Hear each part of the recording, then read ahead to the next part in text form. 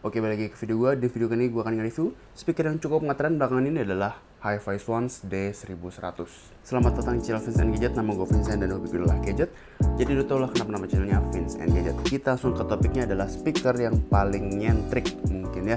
Jadi gue dapetin ini kenapa bisa jadi nyentrik, karena memang gue kan bisa dibilang gue juga jual speaker stand. Dan beberapa bulan belakangan ini banyak banget yang nanyain buat jenis HiFi Swans. Ada jenis HiFi Swans M50 sama D1100 ini yang paling sering ditanyain. Untuk teasernya aja, kalau bisa gue bilang ini adalah speaker yang kecil-kecil cabai rawit dan speaker paling agresif yang pernah coba dari speaker-speaker yang pernah gue review sebelumnya. Langsung aja mulai ke reviewnya. Kita mulai dari proses unboxing apa aja yang ada di dalam boxnya. Yang ada di dalam boxnya adalah speaker itu sendiri, kanan dan kiri, konektor antara speaker kanan dan kiri, audio jack to RCA, sama remote. Plus adapter untuk menjadi colokan yang Europe ya, yang cocok sama Indonesia. Jadi ini colokan bawaannya itu bentukannya kayak yang Jepang, yang strip tipis. Untuk spesifikasi woofernya ini 4 inch dan tweeternya adalah 1 inch. Kita langsung ke build quality dari speaker ini. Yang pertama, speaker ini paling sangat mengagetkan gue waktu pertama kali gue beli.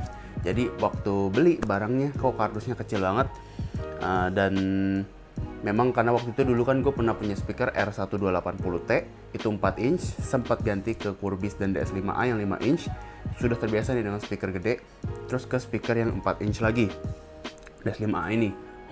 Dan seingat gue, woofernya itu tidak sekecil ini, dan datangnya ternyata ini kayak kecil banget, tapi sebenarnya kalau diukur itu memang 4 inci kok, jadi masih aman aja. Cuman agak cukup mengagetkan karena ini bentuk speakernya kecil banget. Jadi ngeliat dari bentuk speakernya kecil dan build quality-nya yang gue lihat ini persis kayak DS5A banget nih belakangnya, cuman kayak diganti moncong depannya doang. Cuman karena bentuknya yang speakernya lebih kecil, jadi rasanya lebih padat. Bisa denger? Jadi itu rasa build quality-nya berasa padat banget. Terus di depannya dikasih cover untuk drivernya, dan covernya ini ada emblem logo timbulnya dari HiFi Swans bentuknya angsa. Ini kayaknya sih satu-satunya cover driver yang paling gue suka ya, karena bentuknya agak nyentrik sedikit, agak mirip hexagon. Kalau biasanya kan cuma kotak doang. Dan ini kalau mau dicabut ini agak risih ya, jadi hati-hati aja karena kelipannya cuma plastik yang agak panjang yang kalau lu salah tarik ini bisa patah di dalam, jadi bisa bermasalah untuk selanjutnya. Jadi kalau memang lu mau lepas pelan-pelan, kalau mau pasang pelan-pelan, dan jangan sering lepas pasang, takutnya salah ini bisa jadi patah. Lanjut untuk speakernya, yang speaker kanan adalah speaker aktif, yang speaker kiri adalah speaker pasif. Jadi dapat sinyalnya semua dari speaker kanan yang udah ada amplifiernya. Dan di bagian depan yang speaker kanan ini ada satu buletan, ini adalah logo LED-nya yang cukup unik. Jadi logo LED-nya ini nanti bisa nyala warna-warni, bisa biru, bisa merah, bisa teal, bisa ungu. Ini sesuai dengan jenis input yang kita pakai. Inputnya ada apa aja? Ada RCA yang kayak normal, ada yang bisa Bluetooth, ada yang bisa coaxial, ada yang bisa pakai optical. Jadi setiap warna itu mewakilkan input apa yang sedang kita pakai. Enaknya adalah kalau misalkan lu lagi pengen Bluetooth, tinggal ganti input. Lu punya lagi kabel RCA, tinggal ganti input. Coaxial tinggal ganti input. Optical bisa ganti input. Jadi total satu speaker ini bisa sampai 4 sumber input yang berbunyi. Kondisinya adalah misalkan lu punya handphone, lu punya TV, lu punya PC, lu punya apalagi yang pengen bisa dikonekin ke belakang. Jadi semuanya akan bisa jadi lewat satu speaker. Cukup dengan ganti inputnya aja. Cara ganti inputnya seperti apa? Ada di samping kanan ini. Jadi samping kanannya ini ada knob untuk bisa ngatur volume, di bawahnya ada ngatur treble, sama di bawahnya lagi ada ngatur bass yang cukup settle ya, apa ya, rasanya mewah banget ini. Kalau diputarnya cukup seret-seret tapi licin, gimana deskripsinya ya. Dan untuk ganti input yang gue bilang tadi, itu tinggal tekan tombol di bagian volumenya aja. Volumenya ini infinity roll. Kalau dia udah penuh, dia akan kedip di bagian LED-nya. Dari misalnya, kalau gue lagi till itu lagi kondisinya lagi warna pasang kabel RCA. Kalau misalnya gue volume sampai mentok, dia akan berubah LED-nya jadi merah sementara, terus balik lagi jadi till. Itu kalau misalnya amp-nya sudah full dari speaker ini. Jadi kalau mau ganti input, tinggal pencet tombol volumenya aja, karena tombol volumenya masih bisa dipencet. Atau bisa pakai remote yang sudah disediakan oleh HiFi-nya. Remote-nya adalah seperti ini, dan sudah disediakan baterai juga sama si HiFi-nya. Baterai yang digunakan adalah AAA 2. Di tombolnya bisa ngatur power, jadi lu bisa matiin nyalain. Lampunya mau nyala atau enggak untuk sumber dari yang ini ya, logo Swans yang gue bilang tadi. Terus input, tekan sekali bisa tukar-tukaran input mau apa aja, atau mau langsung ke sumber input yang kita mau, Bluetooth, coaxial, aux, atau optical. Di bawahnya ada tombol mute, di bawahnya lagi ada tombol volume plus dan volume minus. Normal lah ya, harusnya biasa orang baru beli langsung ngerti fungsinya buat apa aja. Oke, untuk build quality dan fiturnya sudah gue jelaskan semua, kita langsung ke sound testnya aja. Sound testnya, mari kita saksikan.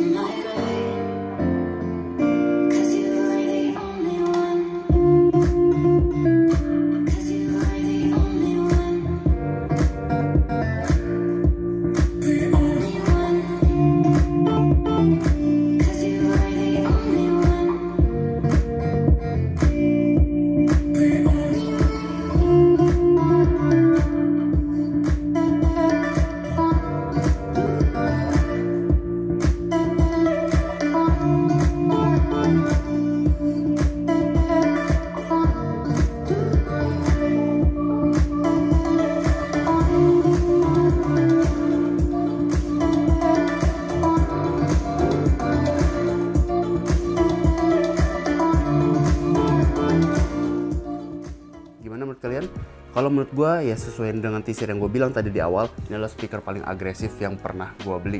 Bahkan ini lebih agresif dari speaker yang 5 inch yang pernah gue pakai sebelumnya, Curbis dan DS5A. Speaker ini awalnya sangat mengecewakan gue dari looksnya, awalnya waktu gue ngeliat kecil, ya udahlah gue nggak berekspektasi tinggi sama sekali. Tapi begitu gue ngeplay satu musik yang pakai kabel, jeder, meledak sekali, bassnya ini sangat nampol banget. Gue nggak nyangka kalau di driver cuma 4 inci ini bassnya bisa ngebikin bass yang se-punchy itu, punchy dan rumbling banget, thumpy juga. Terus gue cek, ternyata ini speakernya gue baru sadar itu RMS-nya cukup tinggi, yaitu 66 watt, jadi 33 watt di masing-masing speaker. Terus lanjut lagi, untuk ciri khas dari suaranya, bisa gue bilang, tadi gue bilang agresif, settingannya sangat V-shape, nggak terlalu V-shape ya, mungkin bassnya sangat dinaikin tinggi, bagian mids-nya atau bagian vokalnya agak diturunin, dan di bagian highs-nya agak dinormalin aja. Jadi kalau bisa gue deskripsikan secara soundstage, ini nggak luas sama sekali, mungkin cuman agak luas, nggak luas banget. Dan suara vokal juga agak sedikit turun, agak sedikit mendem, terutama di bagian vokal perempuan. Jadi hampir mirip mungkin kayak ciri khasnya Edifier R1700BT yang pernah gue review di sini. Cuman kalau bisa gue bilang ini suaranya bassnya lebih berbody lagi, jadi suara vokal cowok itu benar-benar padat banget. Cuman ya itu tadi suara cewek agak sedikit kemandek sedikit, cuman nggak semandek suaranya dari Edifier kalau bisa gue bilang ya. Dan tadi karena soundstage yang tidak terlalu luas, bisa gue bilang tidak terlalu luas, itu suaranya semua jadi sangat detailsnya ya bener-bener semua langsung kedengeran di depan telinga kita langsung. Jadi ya suara apapun langsung kedengeran detailsnya di kuping kita. Itulah yang jadi salah satu nilai kelebihan menurut gua untuk dari speaker yang soundstage-nya agak sempit ya, nggak terlalu luas.